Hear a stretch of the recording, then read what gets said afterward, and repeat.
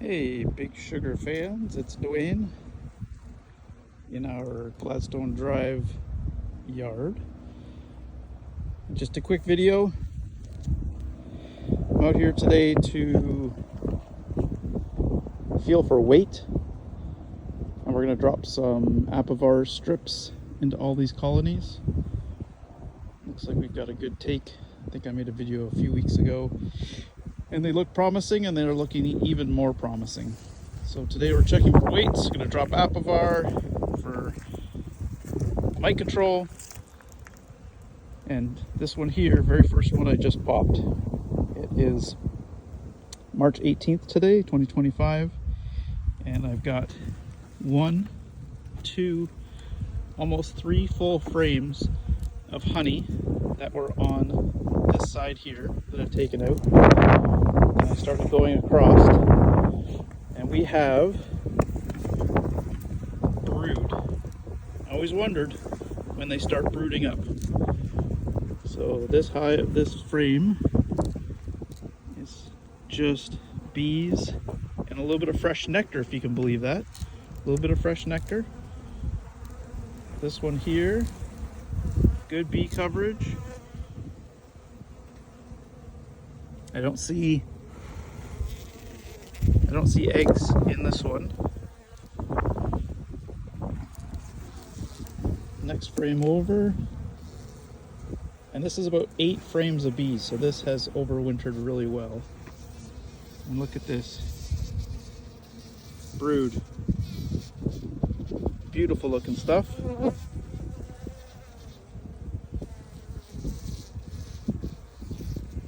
And on this side we have eggs. I don't know if you can see them, but there are eggs all in there. Crazy. So 1 frame of brood, half of that frame was sealed brood, the other half was eggs. This one,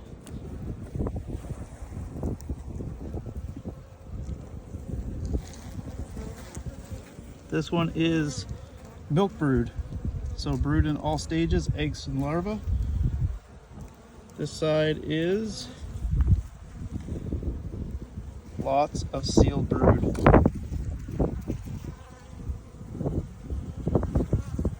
I can't see eggs. Nope, there's a bee chewing itself out right there.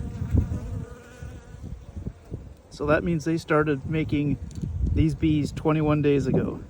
That's an emerging bee. So February they started laying eggs, if my math is right. I'm not good at mathing, but I think that's right. So that's 1.5 frames of brood, and on this frame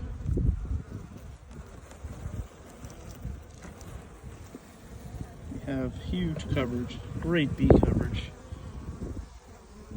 It's nice and warm today. It's 15 degrees, a little bit of wind, and no eggs in here. So they're just getting these ones ready to go. And there's the queen. Trying not to drop anything. So there is the queen. Very dark colored queen, this one. But you can tell that she is fat and she is laying. Man, I'm so happy. This is fantastic. It's weird to get excited about bugs, but I am excited.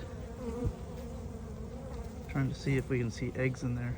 Oh, here's an egg. Ooh, bee.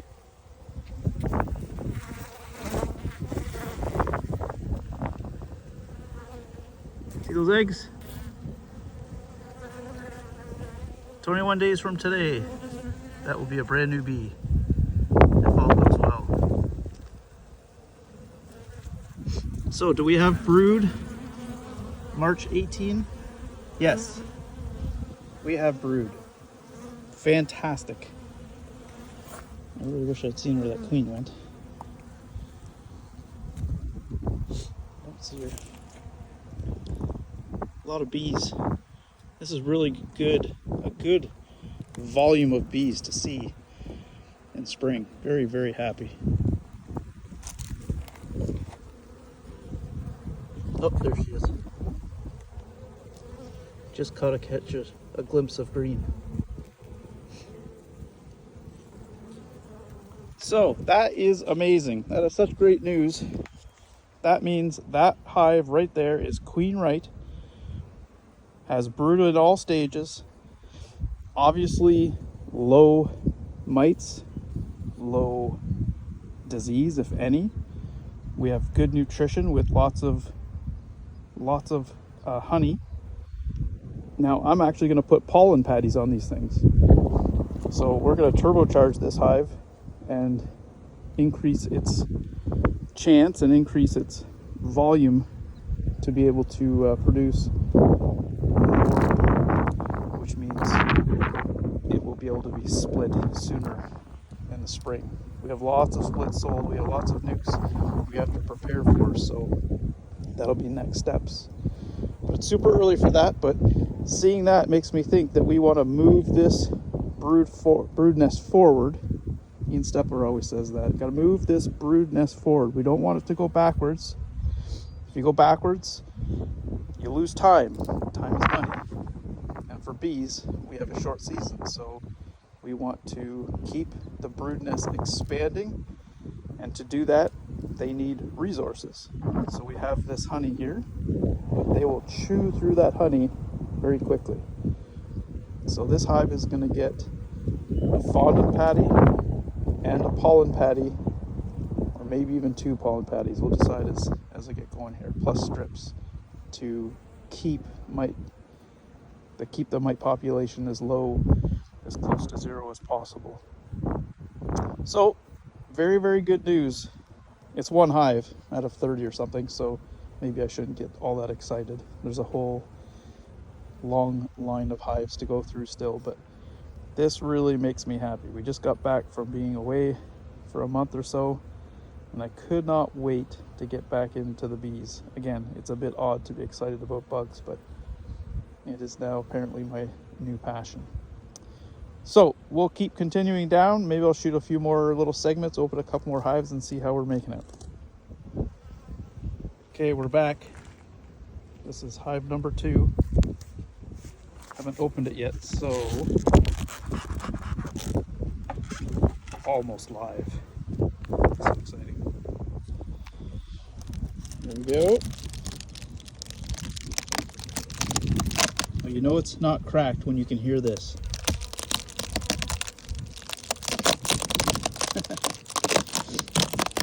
That is bee glue holding everything together.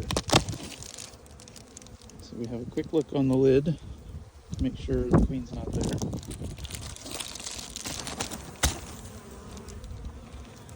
Never a good idea to lose your queen. So that is 1, 2, 3, 4, 5, 6, 7, 8, 9 frames of bees. Crazy good. Just crazy good. There's no way that this hive is not queen right. So I am not going to go crazy and bust it all open like I did the last one. That hive is queen right. Guaranteed there's frames of brood in there too. It's awful windy up here today. Makes things worse.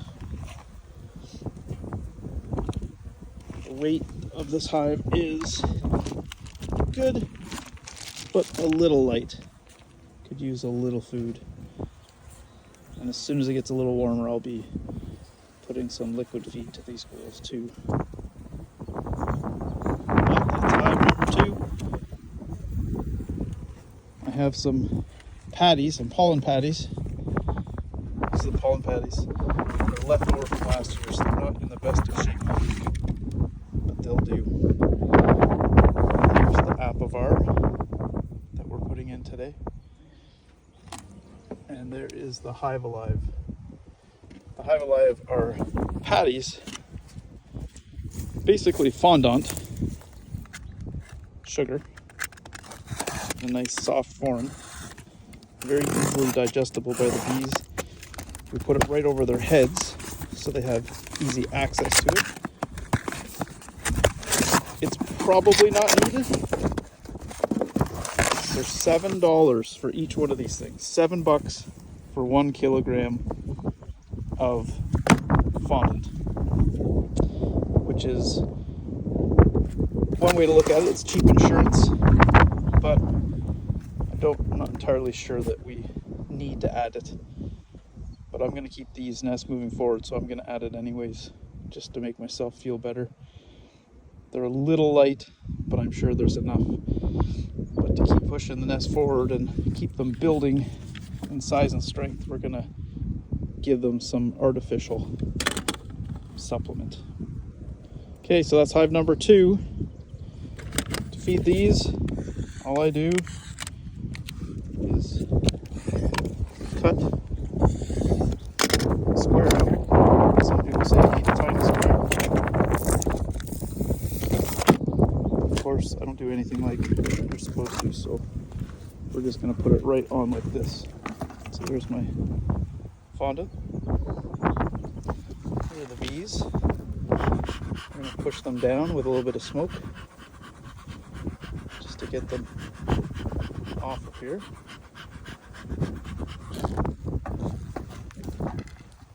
Almost forgot the Apivar. So these come in strips. I want to say it's about $8, give or take, per double treatment per hive. But this will knock the mites down. These go between the frames, like so. You can use nails to hang them. Might be a better version, but I put them in this way. And you want to kind of anticipate where the brood is. This one we didn't open up, so we don't know exactly where it is, but it's definitely going to be in this general area. And the strips work by the bees walking all over those strips. So they have to have access, and you want it in the brood nest. And you can see, I love these bees. These are Italian bees, buckfast, or some sort of buckfast hybrid. They don't care that I'm going to too thick.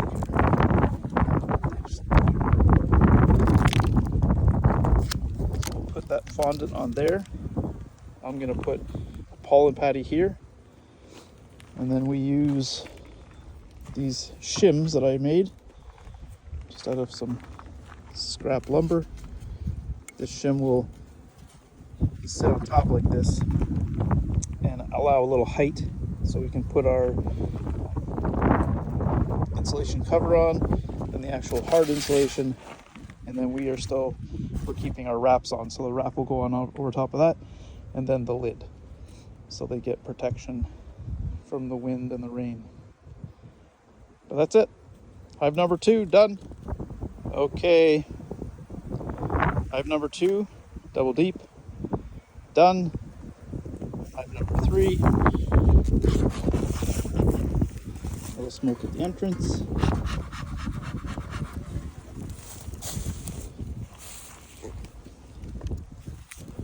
Remove the brick, remove the lid.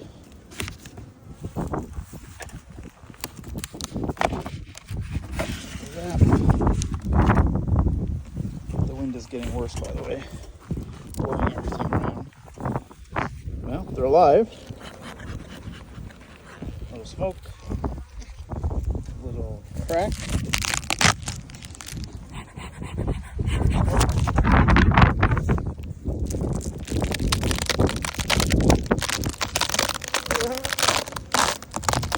This one still has Formicro mite treatment. It's not a bad thing. It's okay.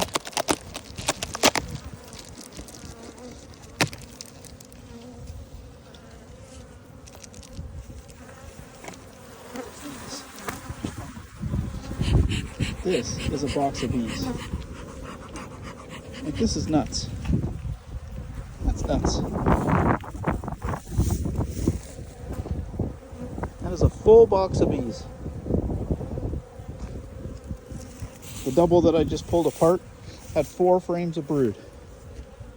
3 capped and a half on either side. That was milk brood in all stages. But this is fantastic. I'm not even going down in this thing. Let's give it a little heft. Good weight in there. There's still good weight. So they're going to get a pollen patty, mite treatment, and remove those now inert pads of Formic Pro. Not sure how I missed that, but I'm surprised I missed more, to be honest. That is a crazy amount of overwintered bees. Wish all the colonies looked like that. Well, most of them have looked like that, but they can't all look that good. So, this is not a favorite thing the bees do not like. Scraping pop bars. Trying to get along with everybody. This is not a good way to start. They hate it. So that's garbage. Actually, you can compost those per the instructions. You can actually compost.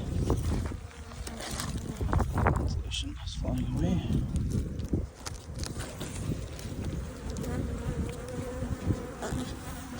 You don't really want to go down. I'm not a fan of huge clouds of smoke.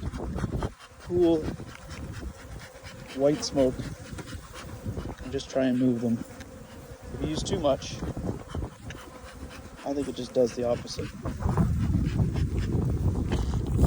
That worked better to drive them down. So now that they're driven down, look at all this bird comb. When you're doing this, you're moving the whole hive, which they hate.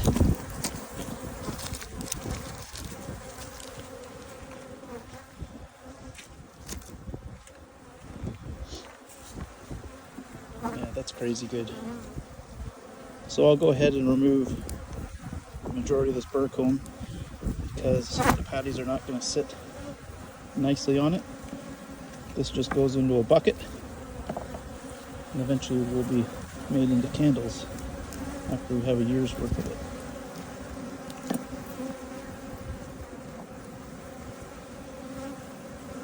So that's hive number 3. We'll do the same as the others. Drop Apivar, drop some pollen patties, and move on to the next one. So on hive number 8, all the rest have been fantastic. We've got our first dud. So we've had a hive that struggled. Definitely looks like starvation. They weren't able to move to honey. So there's 4 frames. So everything on this right side here was dead. There's a massive pile of bees that I've cleaned up for them. But the hive is still alive. And the queen is laying. There's about a half a frame of milk brood. There she is right there. Isn't that cool? So she's unmarked. So I almost wonder if this hive requeened itself at some point. This camera is probably pretty awful. But there she is. But this frame I've got my hand on is full of milk brood. You might not be able to see. So they've still got a fighting chance. If I come across another massive hive, I'm going to shake a frame of bees in there and steal some honey. If I can find some honey, I'll steal some honey. But really, a frame or a shake of bees into there will get them a little lift, a little boost. If I found one with tons of brood, I'd give them a a frame of brood too, but pretty early for all this stuff.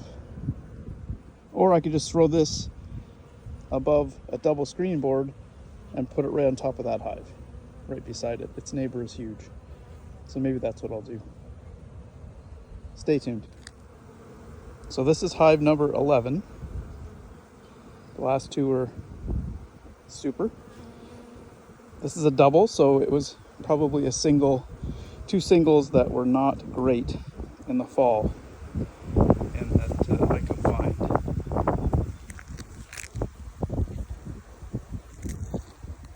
So I just popped it. It is 9 frames of bees. But what's interesting is when I crack down here, there is drone brood already.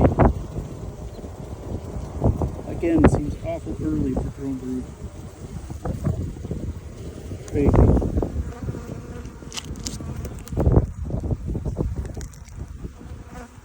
So these guys will get the same treatment. That top box is super heavy, so no sugar, but I will give them pollen patty and they'll get an Apivar treatment. Back again. So this hive is big. It's 9 frames of bees. They're clustered a little bit on the right side. They have no food. They have exhausted their supply. So I'm going to do something different. I'm going to give these guys no pollen patty. I'm going to give them 1 kilogram of fondant, and I'm going to do what they call mountain camp sugar on this side here. And I'll come back in a week and see what they preferred. Pretty sure they'll eat the fondant because it's soft and easy to work. It doesn't require any moisture or any water. No water runs.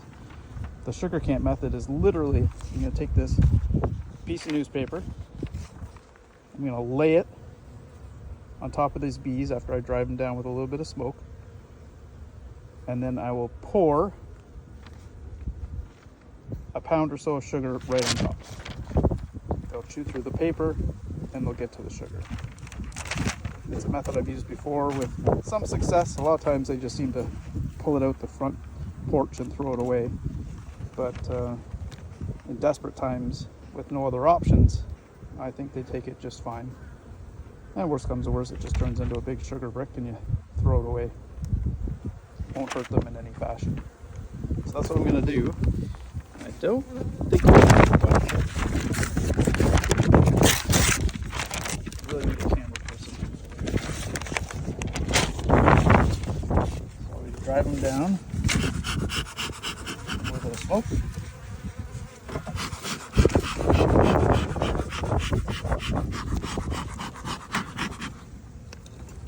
There we go.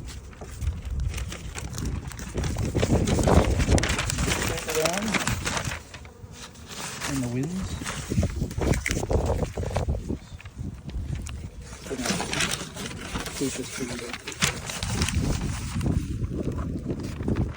I'm going to take my hive tool.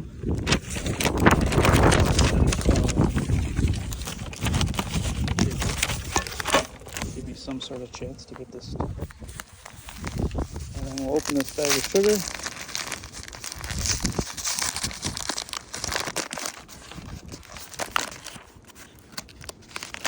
Maybe. Oh, yes. And literally pour it.